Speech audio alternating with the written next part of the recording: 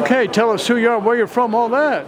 My name is Rob Celani. I am a switchblade collector. I live in St. George, Utah, and I am at the Gator Cutlery show in Lakeland, Florida, and I get to share some of my favorite switchblades. I specialize in miniature switchblades, so I'm glad that I get to do this because I love these things and I want to share them with people. I have 6 knives here. 2 of these are Japanese.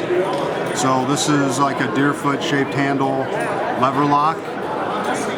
This is an out the front. This is the smallest out the front. It's a double action, so the blade goes in and out. I'll show them, but I'm just going to go over them. This is a fish shaped handle, little Italian switchblade. I'm guessing this is probably from the 50s. Of all these here, this is probably the oldest one. This is another little Italian. This is the kind of the traditional stiletto shaped style. This is an older one, maybe 50s or 60s. It has a really nice horn handle on it.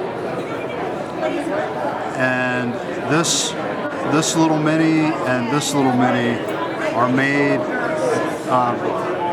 they're made like the larger models of that time. So in other words, like the newer little minis that they make, they're not bad, but they weren't made with the same level of fit and finish and like the quality materials that they used on these older ones. This one I'm guessing, this is a little gun-shaped mini, I'm guessing is from the 60s as well. And then this is referred to as an Acker Mansion. I don't know what like the official name is, but there was a store in Germany called Acker Mansion that had knives made in Italy. This was made in Italy. They had knives made in Italy that they sold in their store.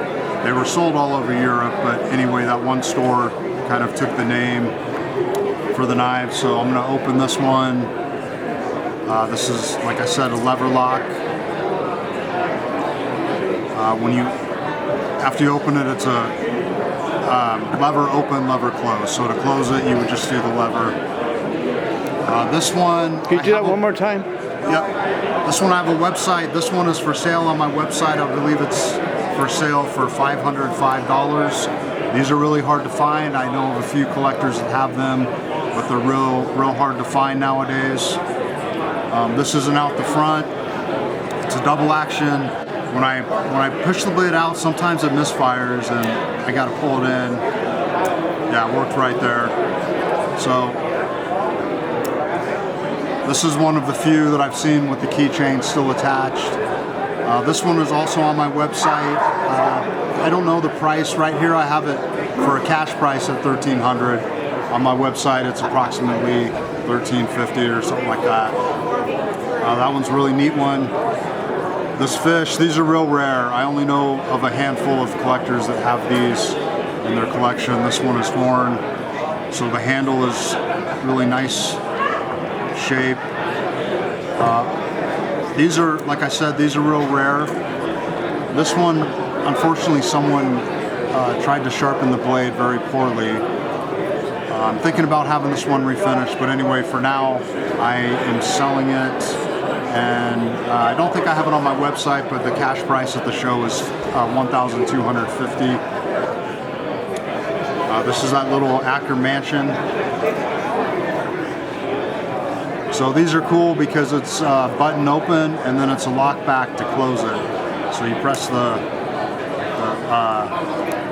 lock on the back and that releases the blade.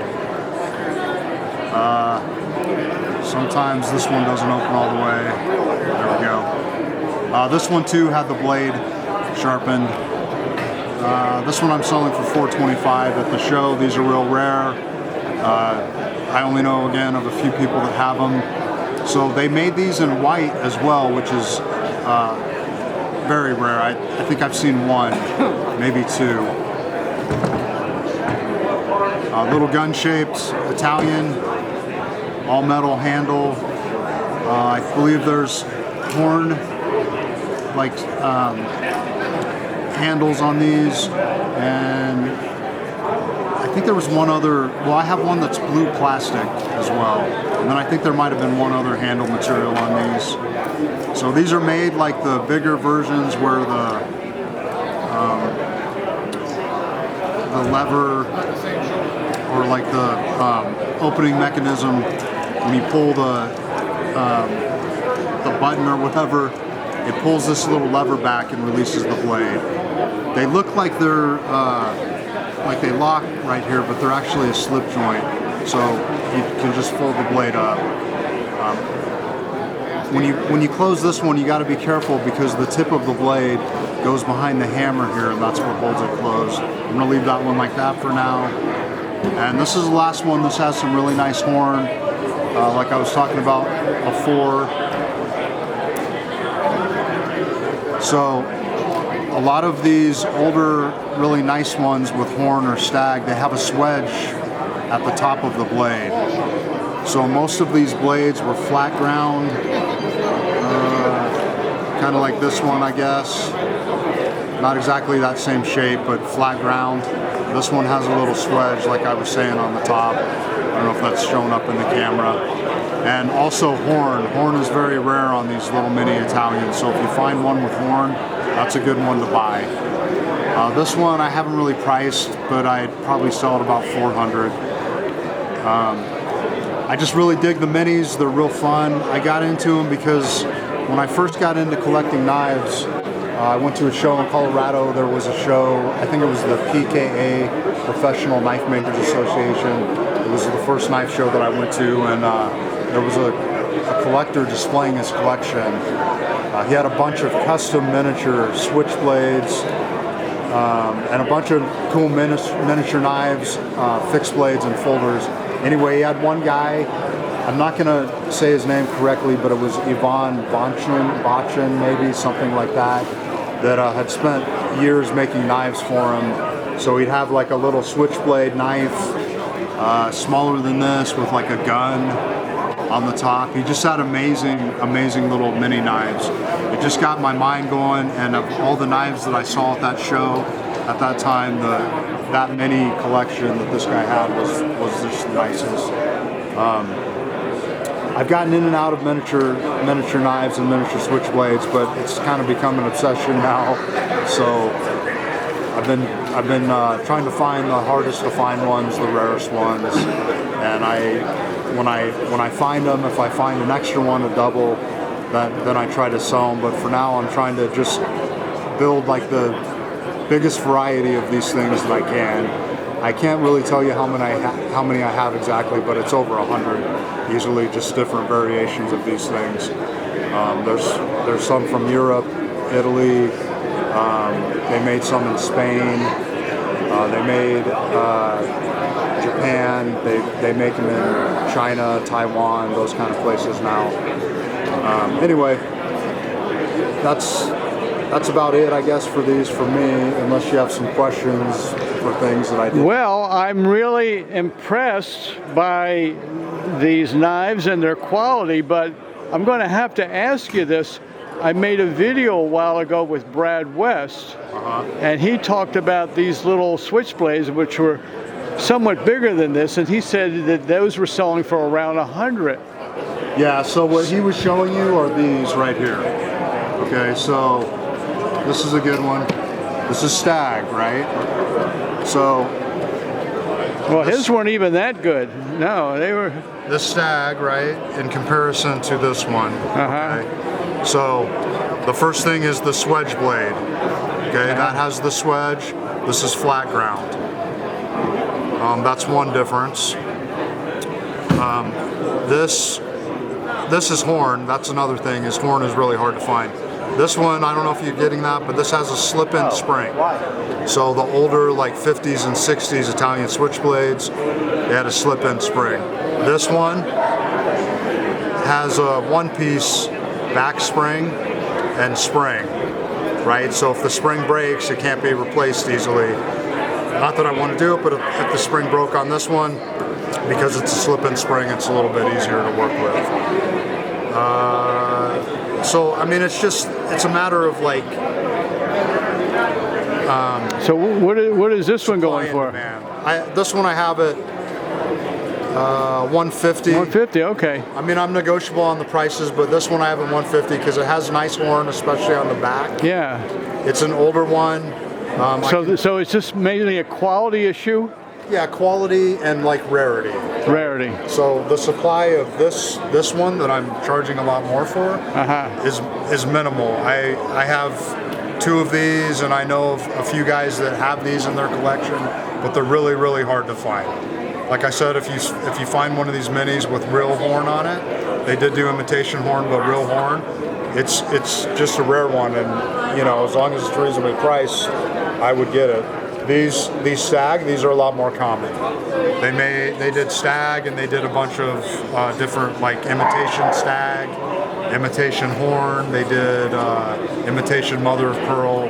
They did a bunch of different handle variations. I like the stag personally, but there's other ones out there.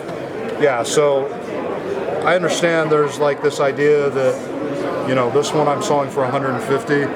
How can this one be 400? Right? Well, the reality is this one was a lot harder for me to find, and it was more expensive for me to buy, right? So as a dealer, I can't, you know, I got to make money, or I can't do this as a business. So supply and demand is what it comes down to. If these were easy to find, then they wouldn't, you know, I wouldn't be able to charge $400.